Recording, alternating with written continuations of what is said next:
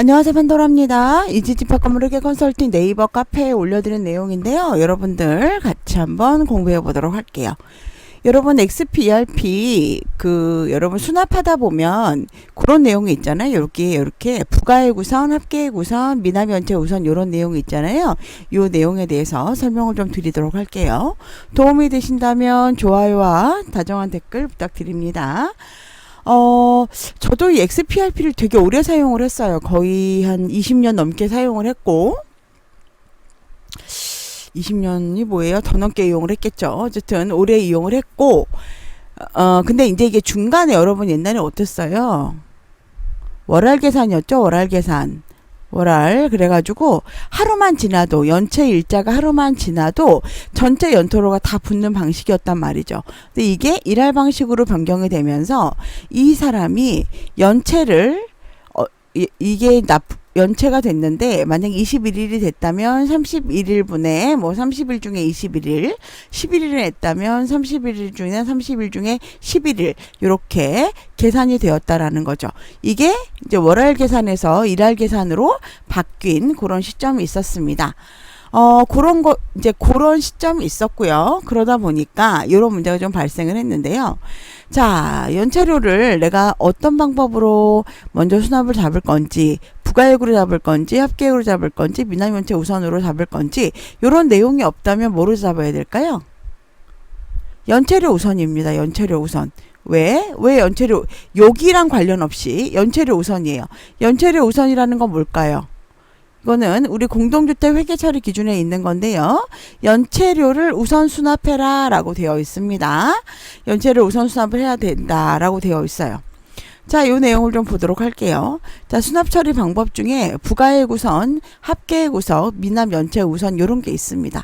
저도 이 부분에 대해서 맨날 헷갈렸던 거예요. 근데 이제 다른 선생님하고 얘기를 하다 보니까 이 부분에 대해서 이제 명확하게 알게 됐어요. 요거를 이제 설명하기 위해서 하나하나 집어서 좀 얘기를 해볼게요. 자, 이 내용을 설명하기 위해서 이미 고지된 연체료를 확정 연체료라고 그냥 부를게요. 그리고 그게 무슨 얘기냐면은 여러분들이 4월, 5월, 6월을 6월이 있어요. 근데 4월분, 5월분, 6월분 이분이 이제 3월, 4월분이 있는데 이 3월, 4월분의 일부를 납부를 한 거예요. 그러다 보니까 이 4월분이 남아있어서 4월분에 대해서는 연체료가 일수 계산한 연체료가 나왔다는 거죠. 그거를 확정 연체료라고 부르고 아직 5월, 6월분, 4, 5, 6월분 이 중에서 아직 납부가 안 됐잖아요. 그러다 보면은 언제 납부할지 모르니까 연체료가 안 붙죠. 걔를 그냥 후 연체료라고 부르겠다라는 뜻이에요. 자, 부가액 우선으로 선택을 하면 부가액과 미납 연체료가 있는 경우에는 이제 부가액을 우선으로 수납을 하게 된다라는 얘기죠. 5월, 6월, 7월 관리비가 발생을 했고 5월 관리비 20만 원에 연체료가 10,000원이 이미 확정 관리비가 됐어요. 이미 이 돈을 중간에 냈거나 이미 돈을 내가지고 연체료가 붙은 거죠. 그걸 확정 관리비라고 할게요.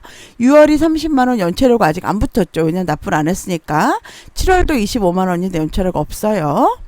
이 경우에 이제 나누어서 수납을 하겠다는 거죠. 요때 75만 원을 수납을 한다면 요게 모두 얼마죠? 76만 원이네요. 연체료까지.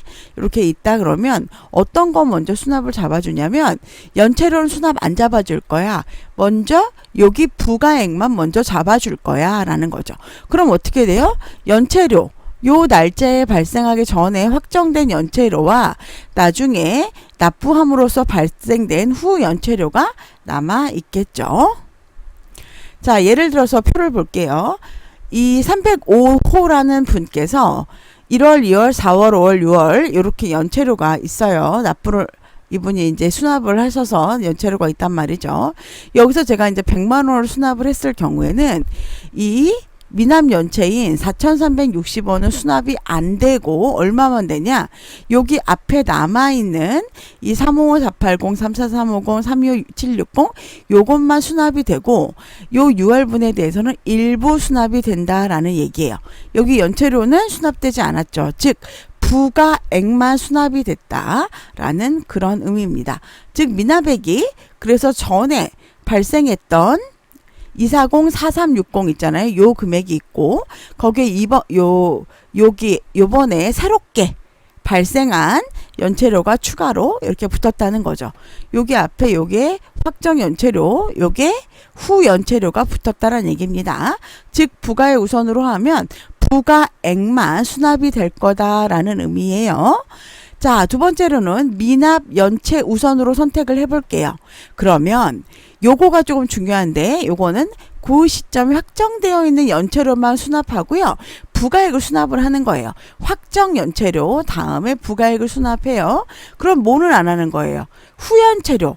수납함으로써 발생하는 연체료는 수납되지 않는다라는 거죠.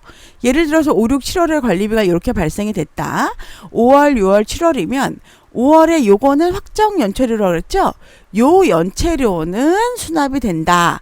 그런데 요거를 납부함으로써 그때 발생되는 후 연체료는 납부되지 않는다라고 생각을 하시면 된다라는 거예요. 예를 들어서 위랑 연체를 우선으로 한다 그러면 요 금액이 있고 내가 100만 원을 연체를 한다. 그러면 여기 이미 발생됐던 확정 연체료 같은 경우에는 수납이 되었다라는 거죠. 여기 보시면 240원하고 4,360원 이 금액은 수납이 되었습니다. 부가액과 미납연체 확정된 연체료가 수납이 됐는데요. 이때 발생한 즉 수납을 잡음으로써 발생하게 된 후 연체료는 수납되지 않았다라는 거죠. 이해되시나요? 여기 앞에 여기 미납 연체료는 내가 확정된 금액에 대해서는 수납이 됐는데 이 전에 확정되어 있지 않은 연체료에 대해서는 후 연체료에 대해서 즉 미수관리비를 납부함으로써 이게 일수계산이기 때문에 이렇게 된 거예요, 여러분. 일수계산이기 때문에 왜냐하면 일수계산이라는 거는 내가 납부하는 시점에 따라서 후 연체료가 달려지는 거잖아요. 그 연체료가 달라지기 때문에 그 연체료는 수납되지 않는다라는 얘기예요. 세 번째로 합계액 우선으로 하는 경우는 비율로 부가액과 확정 연체료, 후 연체료가 같이 수납이 되는 거예요. 수납액이 부가액과 이미 확정된 연체료, 확정 연체료, 그리고 수납으로 발생하게 되는 후 연체료까지 비율로 나누어져 수납이 된다라는 거죠. 제가 5, 6, 7월에 관리비를 납부로 이제 있는데 요거를 제가 수납을 잡을 때는 여기에 연체료 100원, 20만 원 부가액과 확정 연체료 10,000원 그리고 요걸로 발생된 500원 요거까지 비율로 수납이 된다라는 거예요. 자, 요걸 좀 볼게요. 요걸 보니까 자, 그래서 남아있는 거는 이 부가액에 따른 연체료만 남아있죠. 왜냐하면 이걸 전체로 수납을 했다 그러면 다 금액이 수납이 되었겠지만 이 중에 일부만 수납을 했기 때문에 이렇게 확정된 연체료와 나중에 이렇게 확정되었던 연체료와 그 후 연체료까지 같이 수납이 되었어요. 부가액, 확정 연체료, 그 다음에 후 연체료가 함께 수납이 되었다라는 얘기예요. 그래서 6월에 최종적으로 남은 금액은 이 부가액과 요거에 따른 미납 연체용만 남아있다라는 겁니다. 저도 이전까지는 이름만 보고 미납연체 우선으로 수납을 잡아야 된다라고 생각을 했지만 미납연체 우선의 경우는 확정 연체료만 수납을 하지만 수납으로 인해 일수 계산이 되어 발생한 후 연체료의 경우는 수납이 되지 않는다는 것을 저도 정확히 알게 됐고요. 만약에 회계처리과 같이 연체료를 먼저 잡아야 된다면 합계액으로 잡는 것이 더 회계처리 기준과 맞는 것이 아닐까라는 생각을 하게 됐어요. 입주민 연락을 해서 오늘 내가 납부할 건데 얼마를 내면 될까요? 하면 요 후 연체료까지 같이 계산된 금액까지 알려주시면 되겠죠. 그런데 그렇지 않고 이분이 일부만 내게 된다면 미납 연체료로 잡는 경우에는 후 연체료가 남기 때문에 이렇게 같이 잡아줘도 된다. 같이 잡아주는 것이 맞지 않을까라는 게 저의 생각입니다. 다만 어떤 분께서는 이미 이 사람들이 돈을 낼 때는 요게 지금 우리가 고지된 금액만 가지고 내는데 이거를 후 연체료까지 같이 계산을 했을 경우에 그 입주민들이 불만을 하지 않겠냐라고 이야기를 또 하시더라고요. 근데 요거는 이제 제 생각이에요. 제 생각. 요거는 제 개인적 의견인데 이렇게 연체료가 여러분들이 부가액을 우선으로 수납을 해주는 이유는 사실 여러분 그거예요.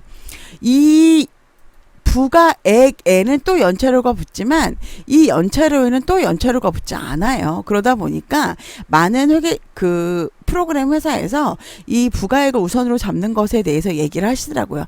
하지만 회계처리 기준에서는, 공동주택 회계처리 기준에서는 연체료를 우선으로 수납 잡으라는 말이 있습니다. 자, 요거는 제가 질의를 한 건데요. 저는 공동주택 회계 교육하는 사람인데 이게 공동주택 연체료를 어떤 걸로 계산해야 되느냐라는 그런 질문이에요. 그래서 즉 미수 연체료의 개념이 고지서에 확정되어 나온 연체료인지 아니면 수납을 함으로써 일할 계산되어 나온 확정된 연체료인지 궁금하다라고 얘기를 했더니 이분은, 이 답변 주신 분은 제 질의만으로는 구체적인 답변이 어렵지만 확정 연체료들은 공동주택 회계처리 기준에서 규정하고 있지 않다라고 얘기를 했고요. 다만 장기 체납세대에 부득이한 경우로 분할 징수하는 경우는 미수연체료 먼저 미수관리비 납부금의 순위로 징수하여 요거를 처리해라 라고 되어 있기 때문에 입주자 간의 공평한 부가와 관리비 운영의 건전성을 위해서 발생한 연체료를 먼저 해소하는 것으로 판단된다. 다만 분할 납부 및 연체료 선정과 같은 회계 처리 방법 등은 공동주택 관리규약으로 정한 경우라면 그에 따르는 것이 타당하고 요거는 이제 지자체로 문의해라 라는 그런 답변이 있습니다. 제 개인적인 의견이에요. 요거는 연체료를 먼저 수납을 잡으려 그러면, 왜냐면은 연체료를 제가 잡지 않고 후 연체료를 남기게 되는 경우는 어떻게 되냐면 요렇게 미납액 중에서 요 분해가액이 없고 이렇게 연체료만 남는 경우가 있어요. 그러니까 저는 맞지 않다라고 생각을 하거든요. 연체료를 왜냐 우선 처리하라고 했으니까. 근데 또 어떤 분들의 의견은 이 연체료를 남기는 것이 맞을 것 같다. 왜냐면 아직 이게 발생하지 않은 연체료이기 때문에 그걸 가지고 얘기하시는 분이 있을 거다라는 그런 의견도 있더라고요.